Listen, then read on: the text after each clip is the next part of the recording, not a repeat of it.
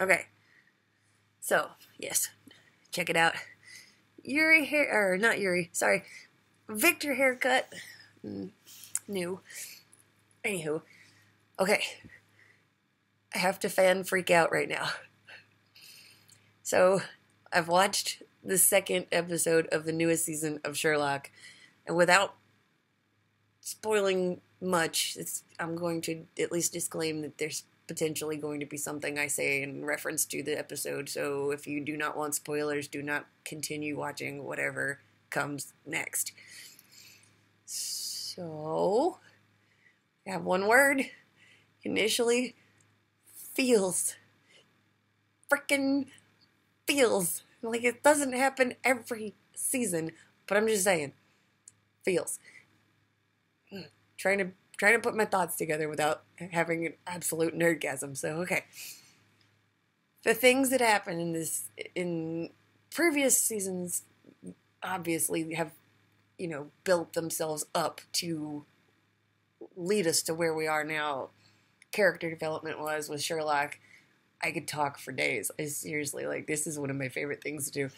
So, the general cast is just, I absolutely, I seriously, in the first few days of being able to watch the first season, I couldn't even think, before I actually sat down to watch it, that I was going to like it. Because, truth be told, I'm kind of an old school Sherlock fan kind of girl. But I watched it, long story short, absolutely fell in love with all of it. And I have every season up to what's currently out. So anyway, okay, back to the point.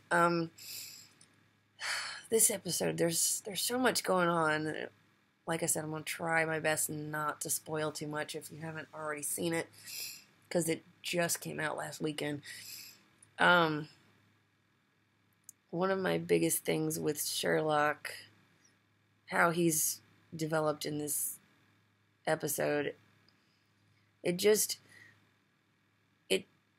as a watcher, it tears me up to watch him going through just all of the just complete and total emotional trauma that he experiences, because it's been made painfully obvious in the little subtle things throughout each season that he's always felt just as much as any other person, but he's learned to carefully sort of brush it under the rug.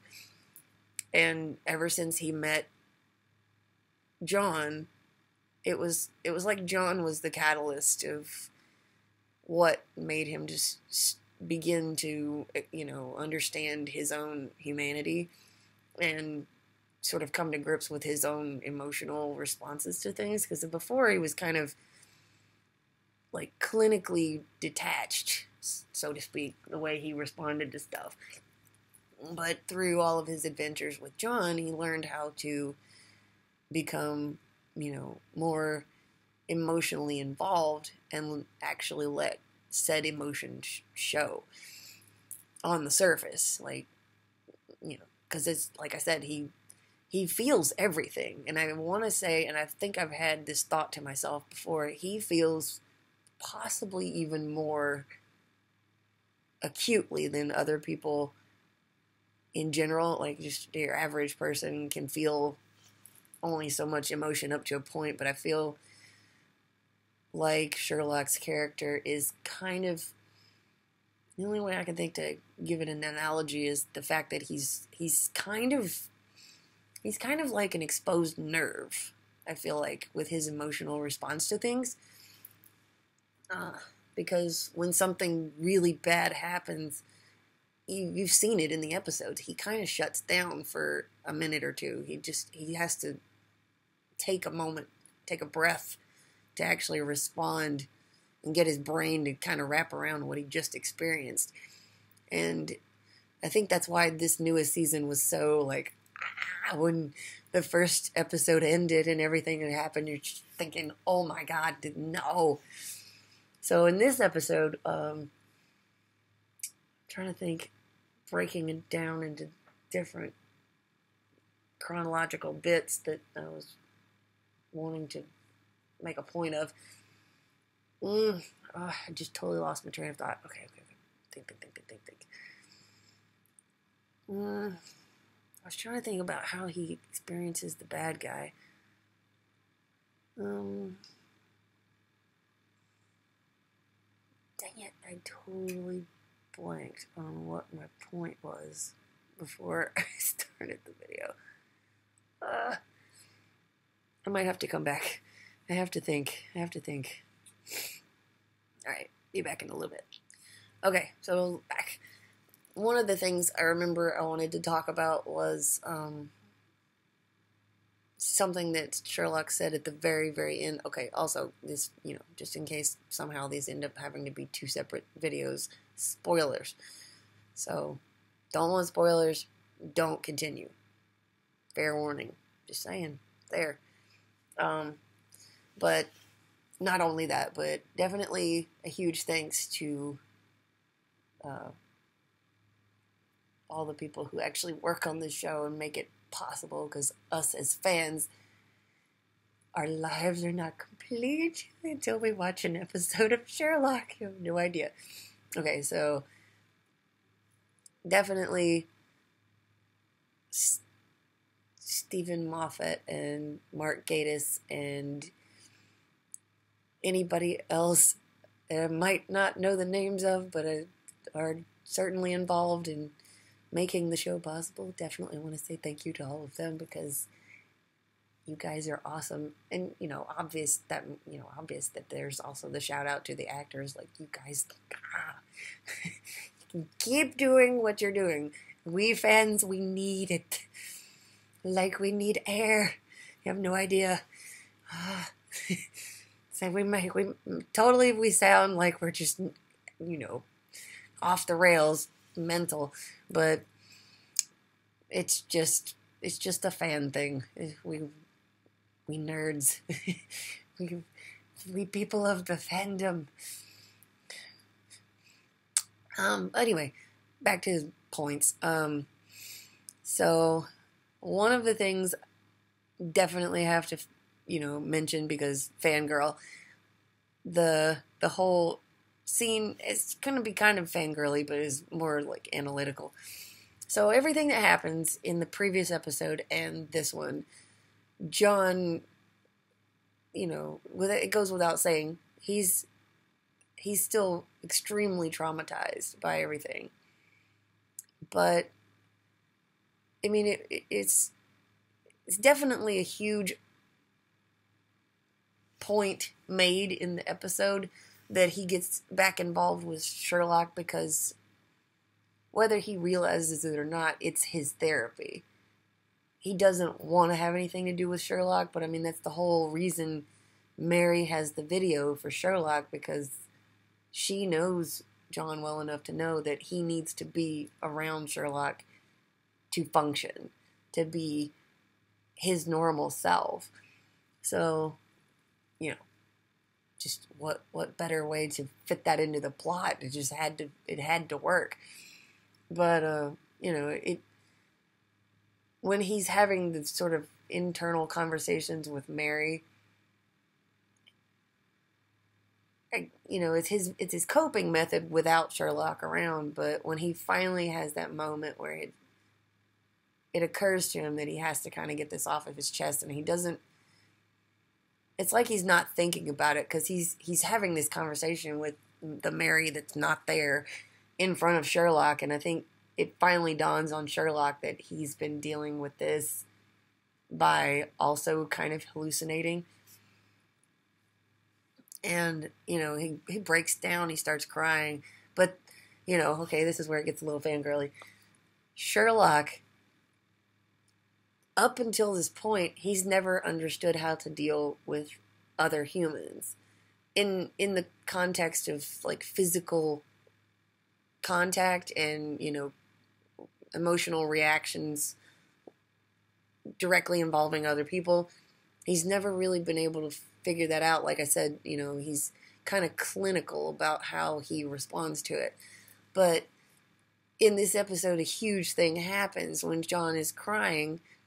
John, I mean, he's kind of gone into his own world. Like he's sort of completely forgotten that anybody else is around him. So obviously he doesn't care that he's crying, in the same room as Sherlock. But Sherlock gets up, goes over, and he hugs him, and he's comforting him. It was like fangirling.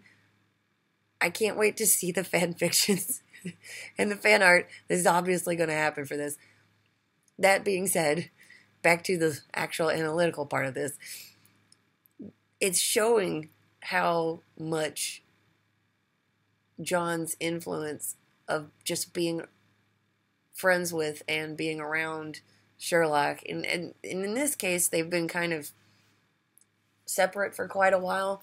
But I mean, the point is, it's showing, even without their close contact, it's showing the impact that both of them have on one another. And it's just, I like scenes like that, when, especially in shows like this where it has sort of the long running stuff going on. It makes it fun in a way to pick it apart, because I know I'm picking it apart a lot and kind of rambling, but it's fun to sit there and analyze it a little bit, because as fans kind of do, we sit and we theorize all this stuff. And my other major thing I wanted to make a point was, like I said, the thing he says at the very end, which makes me kind of wonder if he's actually able to. I mean, I think it's intended to be like, I'm not really sure if this was real or not, kind of thing. But he says back at John as he's walked out the door, when they're gonna go get cake or whatever, he says just out loud, "Isn't that right, Mary?" So I don't know if he was just saying that to be kind of like in support of John's,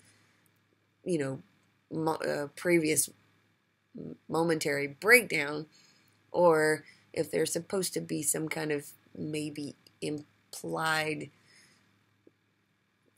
thing that Sherlock was actually seeing Mary like John was. Because I mean, in a way, it would also speak to the fact that Mary meant a lot to both of them. If he could, in fact, see her in like his, in his mind's way of dealing with the trauma of losing her as well. Because I mean, I feel like in the first episode, when all that happened, as hard as it hit John, I think it hit Sherlock in a way that it was almost doubly as traumatizing, because it was not only was Mary an important person to him, but he knew she was important to John, and as important as John is to Sherlock, the fact that he couldn't do something to keep someone safe that John cared a lot about, it hurt him, because he was, by proxy hurting John, and like he just couldn't stand it. And I think that's what led to their separation, when they didn't talk to each other, because he didn't know how to deal with the fact that he hurt somebody he cared a lot about. So I think, that's the fun part about all the seasons as they build, as you watch one, from season 1 on, you get to watch how Sherlock and his character development, he just continues to kind of grow in very subtle kind of, I mean, in ways it's subtle, but, overall, I feel like it's subtle. But I get a kick out of all of that. So I know this is like a terribly long rant, but point was, I liked the episode, and I just like picking apart the little things that kind of lead to their character development, and that was essentially my rant. But back to being fangirl, I'm just feels.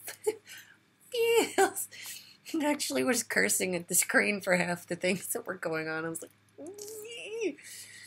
So, just so you know, people do actually sit out and just think of all this stuff as we watch the shows. It's like, don't ever get me started on other things, because, like, this is one fandom. It's like, you have no idea. If you can see behind me, you can see the Bleach, half the Bleach poster I've got on my wall. This won't tilt anymore, but yes.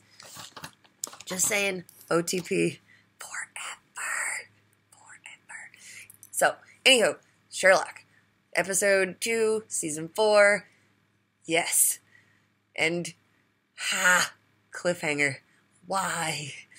But tomorrow, I will find out what happens. So, not too much of a but anywho, sayonara, and maybe I will post another video about some other something that I decide to rant about a little bit, and see you then. All right.